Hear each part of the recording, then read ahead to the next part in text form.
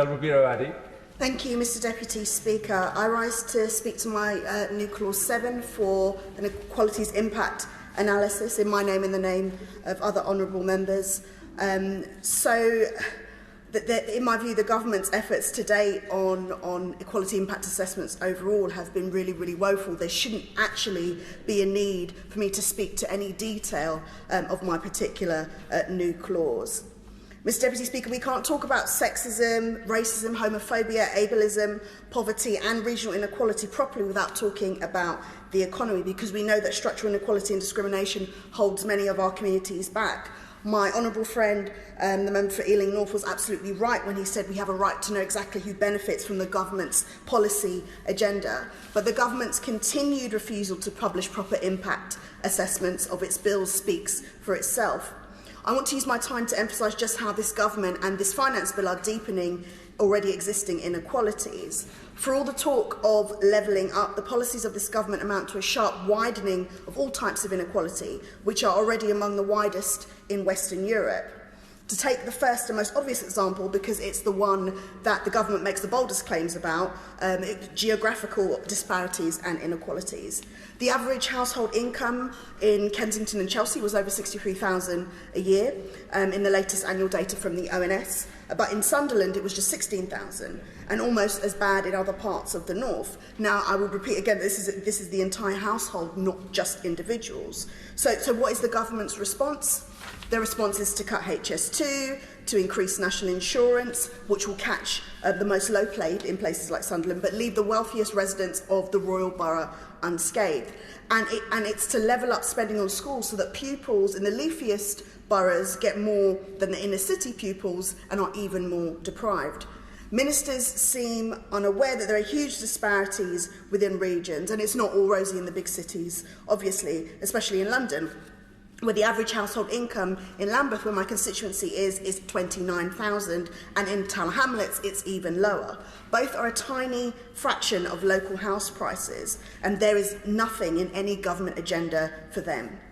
Ministers also seem unaware that there is a huge increase in exploitation of young people taking place.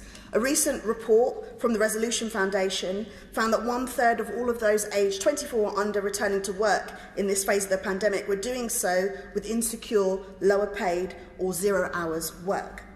What is the government's response to this? To cut universal credit eligibility to just 4 weeks and to force them to take jobs where pay is lower. For good measure, they've also frozen the repayment threshold of student loans, so they'll find even a minimal pay rise is eaten into by interest payments.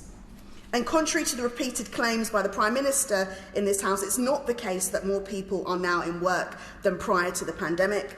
I would ask that the Prime Minister be called to correct the record, but I fear there would never be any business done if that slowly became the norm. Now, according to the ONS, there are in fact 526,000 fewer people in work in November 2021 than there were in November 2019 before the pandemic began. Specifically for women, after years of steady decline, the ONS again reports that the gender pay gap has risen once more in 2021 to 7.9% for full-time employees.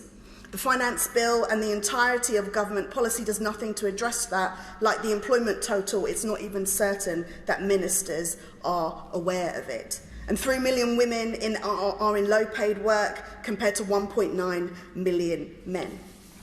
LGBT communities have seen a stark rise in homelessness. Homelessness has risen overall by 165% since the party opposite came to power, and the Albert Kennedy Trust report that 24% of young homeless people or young people at risk of homelessness are from the LGBTQ community. In the disabled community, over 40% of people with learning disabilities lost care and support over the last decade as a result of social care cuts, and the charity Scope are reporting that over 27% of working-age disabled people are living in poverty. And finally, Mr Deputy Speaker, I want to briefly discuss the issues facing the Black, Asian and minority ethnic community. In 2019, the UN reported that austerity had worsened racial inequality, but this is a government that denies the very existence of institutional racism, yet the evidence is all around us. So the TUC comparisons of median pay shows that there is a gap of 10.13% with the ethnicity pay gap. And these are the figures that we actually have, because ethnicity pay gap reporting is woefully shameful, obviously slightly, well, much worse than it is for the gender pay gap reporting. But we must note that during the period of the pandemic, because equality is just an add-on to this government, they suspended gender pay gap reporting. I'd also make the point that more than half of all of the UK's black children live in poverty.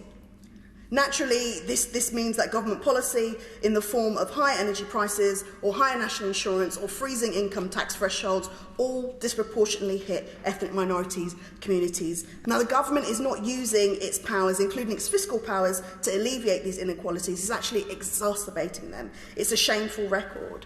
The government would do well to remember that equality is not expendable, it is not an add-on, it is not an extra, it is actually our law. And if they're so certain that they are delivering for everybody in this country, I call upon them to simply accept my new clause and actually show us all of their working out and show that they are actually delivering for people right across the country, because the fact remains that inequalities are out of control and they are doing absolutely nothing to stop it. Thank you.